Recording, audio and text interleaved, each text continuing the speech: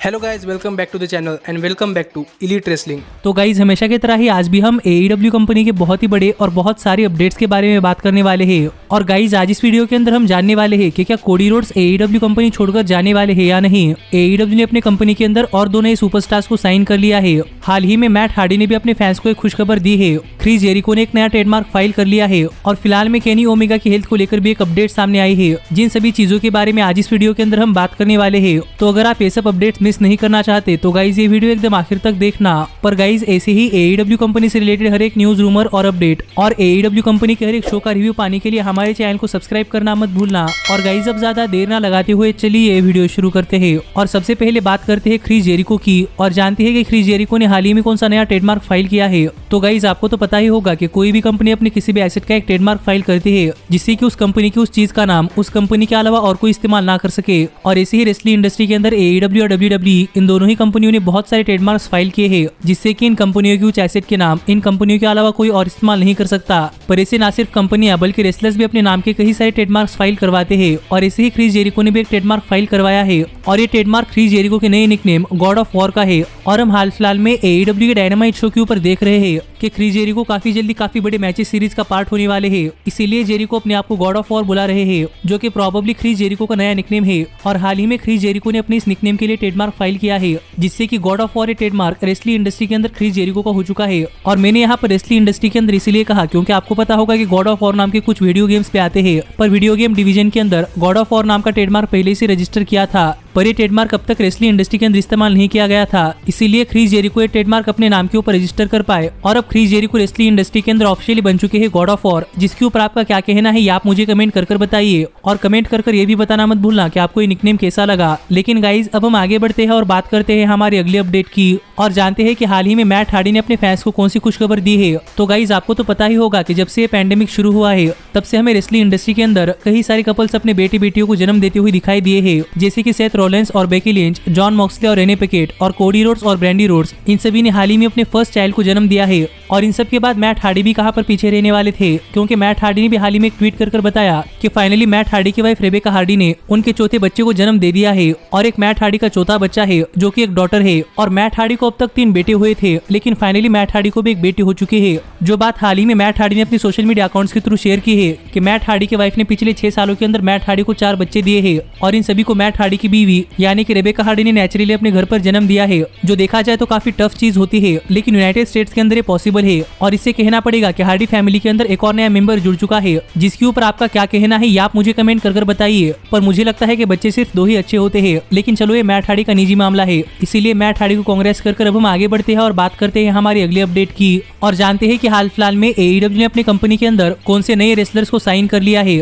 तो गाइज आपको तो पता ही होगा कि पैंडेमिक शुरू होने से पहले भी AEW अपनी कंपनी के अंदर बहुत सारे रेसलर्स को साइन कर रहे हैं और ये पैंडेमिक चलने के दौरान भी AEW ने अपनी कंपनी के अंदर बहुत सारे फॉर्मर WWE सुपरस्टार्स और बहुत सारे इंडिपेंडेंट रेसलर्स को भी साइन किया है। और इनमें कुछ ऐसे भी रेसलर्स है जो कि हाल फिलहाल में AEW के डार्क या फिर डार्क एलिवेशन शोज के ऊपर काम कर रहे थे और उनका हार्डवर्क देखकर फाइनली AEW ने उन्हें अपनी कंपनी के अंदर साइन कर लिया है।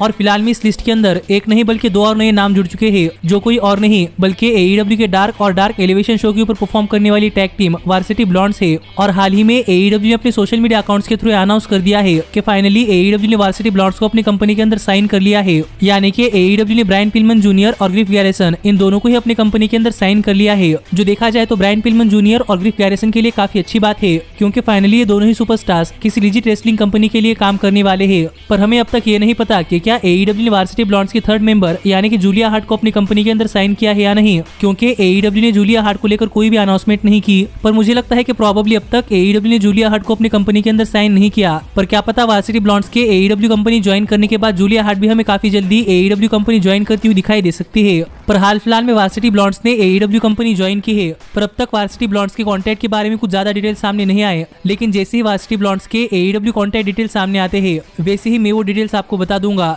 लेकिन गाइज अब हम आगे बढ़ते हैं और बात करते हैं हमारी अगली अपडेट की और जानते हैं कि हाल फिलहाल में केनी ओमेगा की हेल्थ कैसी है। तो गाइज अगर आप बहुत दिनों से हमारे चैनल पर AEW और केनी ओमेगा के अपडेट्स को फॉलो कर रहे हैं तो आपको पता होगा कि मैंने आपको बताया था कि फिलहाल में केनी ओमेगा बहुत सारी इंजरीज के थ्रू वर्क कर रहे हैं, जैसे कि उन्हें उनके बॉडी के अंदर बहुत ज्यादा पेन है और उन्हें हर्निया भी हो चुका है। पर गाइज इस सब के बाद हाल ही में केनी ओमेगा की हेल्थ को लेकर एक और नई अपडेट सामने आई है और गाइज ये अपडेट काफी पॉजिटिव है, क्योंकि हाल फिलहाल में केनी ओमेगा की जो हेल्थ अपडेट सामने आई है वो अपडेट हमें बताती है कि गाइज हाल ही में केनी ओमेगा ने स्टेम सेल ट्रीटमेंट ली थी और केनी ओमेगा की ये ट्रीटमेंट एकदम सक्सेसफुल हो चुकी है और फाइनली केनी ओमेगा का हर्निया क्योर हो चुका है। जो देखा जाए तो केनी ओमेगा को लेकर एक काफी अच्छी अपडेट है कि फाइनली केनी ओमेगा की हेल्थ एकदम ठीक है और केनी ओमेगा अच्छी तरीके से रेसल कर सकते हैं। पर गाइज इसका मतलब ये नहीं कि केनी ओमेगा की बाकी सारी इंजरीज भी ठीक हो चुकी है। यहाँ पर सिर्फ ये अपडेट आई है कि केनी ओमेगा का हर्निया ठीक हो चुका है और फिलहाल में केनी ओमेगा एकदम ठीक महसूस कर रहे हैं। तो क्या पता हमें आज के बाद केनी ओमेगा फिर से अपनी बहुत ही बढ़िया परफॉर्मेंस देने लगे, जिस पर आपका क्या कहना है ये आप मुझे कमेंट कर बताइए। पर मुझे ये अपडेट सुनकर काफी अच्छा लगा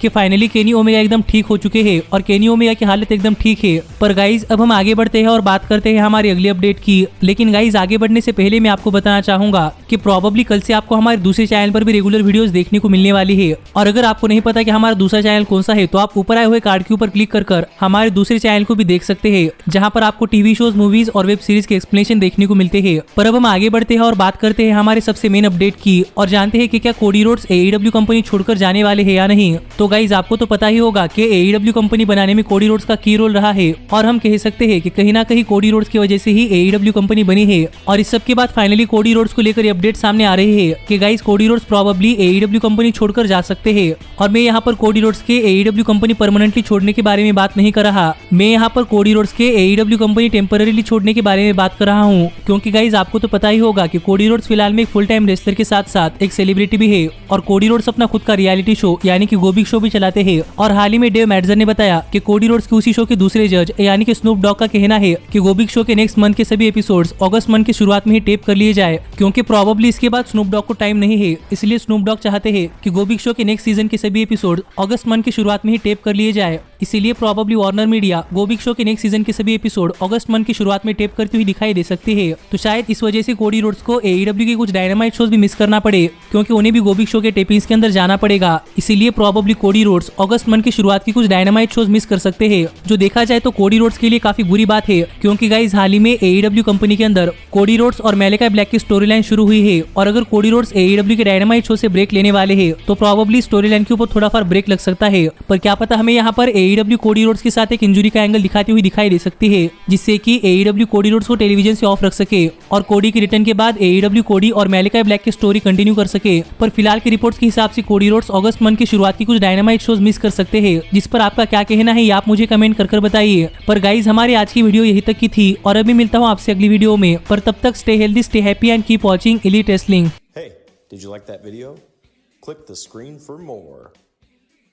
And where do you think you're going? Check out our official merchandise page and to support the entire cast. And thanks so much for being the elite. The elite, the elite. What, Nick, you're not going to sing it all with me this time?